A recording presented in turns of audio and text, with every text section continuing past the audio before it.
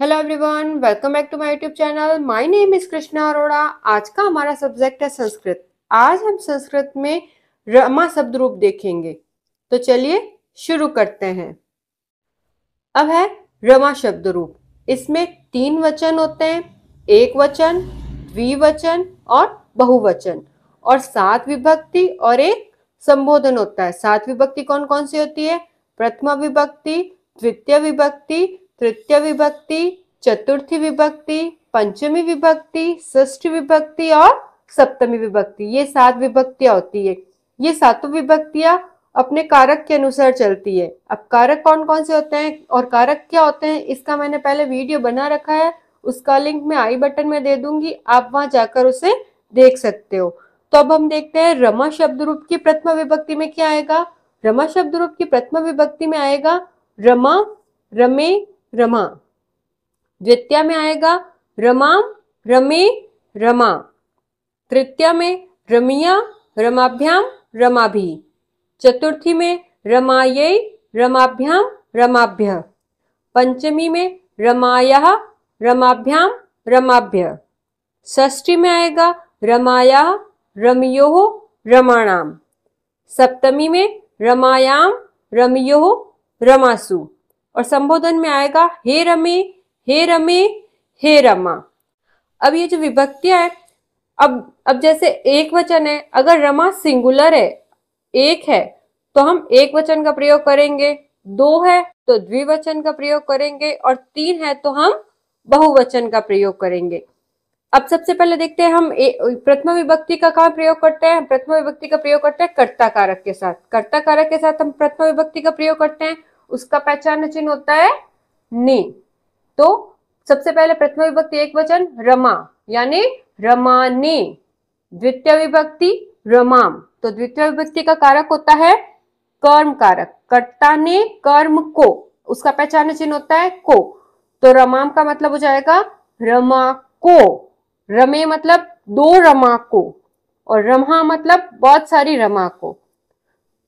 किसी सिंगुलर के लिए हम एक वचन का प्रयोग करते हैं, दो व्यक्तियों के लिए द्विवचन का प्रयोग करते हैं, और दो से अधिक के लिए हम बहुवचन का प्रयोग करते हैं। अब तृतीय विभक्ति। अब तृतीय विभक्ति में कौन सा कारक लगता है? कर्ता ने कर्म को करण से। तो तृतीय विभक्ति में लगता है करण कारक। करण कारक का पहचान चिन्ह होता है से या द्वारा। ये साथ रहने के भाव को प्रकट करता है। तो रमया, इसका अर्थ हो जाएगा रमा से या रमा द्वारा। अब है चतुर्थ विभक्ति। तो चतुर्थ विभक्ति में कौन सा कारक लगेगा?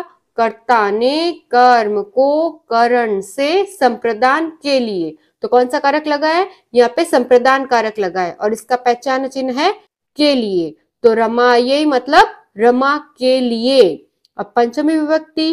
कर्ता ने कर्म को करण से संप्रदान के लिए, अपादान से अलग। तो यहाँ पे हम पंचमी विभक्ति में लगाएंगे अपादान कारक।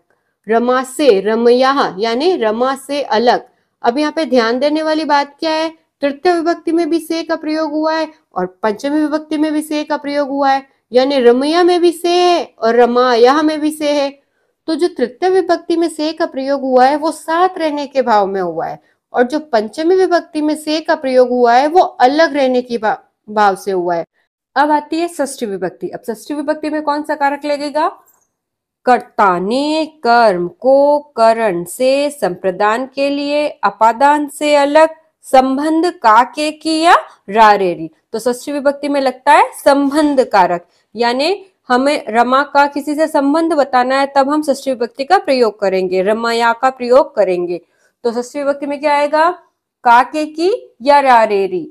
षष्ठी विभक्ति का कारक है संबंध कारक। तो हमें अगर किसी के संबंध बताना होगा तो हम षष्ठी विभक्ति का प्रयोग करेंगे। अब है सप्तमी विभक्ति। अब सप्तमी विभक्ति में कौन सा कारक लगेगा?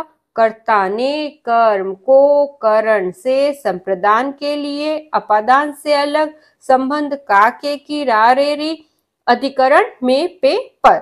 अब सप्तमी विभक्ति में कौन सा कारक लगेगा? सप्तमी विभक्ति में है अधिकरण कारक। इसका पहचान चिन्ह है में और पर। तो अगर हमें किसी वाक्य में रमा में या रमा पर दिया हुआ होगा, तब हम कौन सी विभक्ति का प्रयोग करेंगे? सप्तमी विभक्ति का। और लास्ट में आता है संबोधन। संबोधन में होता है हमें उसको संबोधन कर रहे, अरे रमा, ऐसे जब हम बुलाते हैं तब हम उसमें लगाएंगे हे रमे। तो संबोधन करने के लिए हम संबोधन का प्रयोग करते हैं। तो ये तो हुआ रमा शब्द रूप। अब हम इसे याद कैसे करें? हम इसे ऐसे याद कर सकते हैं, रमा रमे रमा, हाँ रमाम रमे रमा, रमया रमाभ्यम रमाभि, रमाये रमाभ्यम रमाभ्य, रमाया रमियो रमाणाम, रमायाम रमियो रमासु, हे रमे हे रमे हे रमा। इस तरह हम रमा शब्द रूप याद कर सकते हैं। तो ये तो हुआ रमा शब्द रूप स्त्रीलिंग। इसी तरह के और वीडियोस मेरे चैनल पर बनाए गए हैं, आप उन्हें वहां जाकर देख सकते हैं। Thank you for watching. Like, subscribe and share.